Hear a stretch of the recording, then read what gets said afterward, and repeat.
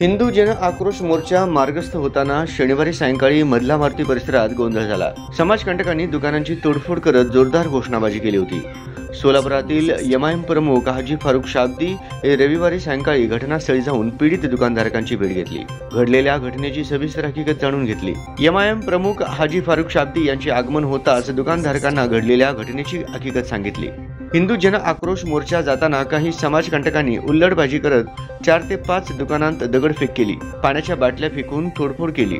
यामध्ये 4 ते 5 दुकानांच्या काचा फुटल्या, किरकोळ जखमी देखील झाले। सोलापुरात हिंदू जन आक्रोश मोर्चाच्या माध्यमातून दहशत निर्माण करण्याचा प्रयत्न झाला। सोलापूर शहरात 2 जाती धर्मात तेढ निर्माण करण्याचा प्रयत्न सुरू असल्याची कैफियत पीडित दुकानधारकांनी हाजी फारुख शाब्दी समोर व्यक्त केली।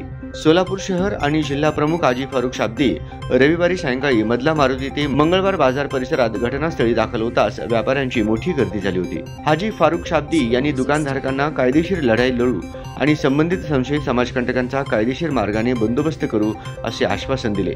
मधला मारुती ते बसवेश्वर महाराज चौक मार्गावर मुस्लिम समुदायाचे मोठ्या संख्येने व्यापारी दुकाने आहेत। हिंदू संघटना नेहमी याच मार्गावरून मोर्चा काढतात, मिरवणूक काढतात आणि गोंधळ करत जातात। यापूर्वी देखील याच मार्गावर अशा घटना घडल्या आहेत। भविष्यात या व्यापारी मार्गावरून मिरवणूक आणि मोर्चांना परवानगी देऊ नका अशी मागणी व्यापाऱ्यांनी केली आहे। एमआयएमचे सोलापूर प्रमुख हाजी फारुख शाब्दी यांनी पोलीस आयुक्तांना भेटून पक्षातर्फे निवेदन देऊन कडक कारवाईची मागणी करू असे आश्वासन दिले आहे।